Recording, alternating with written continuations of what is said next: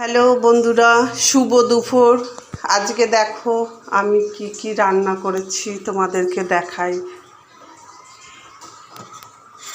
এই দেখো, সাদা ভাত,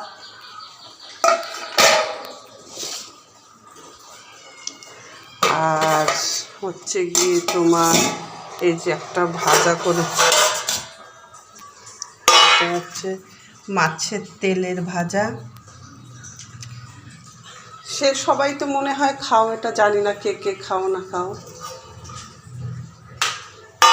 তারপরে করেছি যে ঝিঙে দিয়ে ডাল করেছি।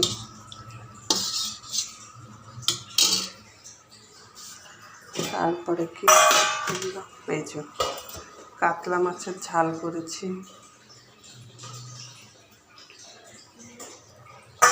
আর এইটা তো কেউ কালকে বলতেই পারলো না যে এটা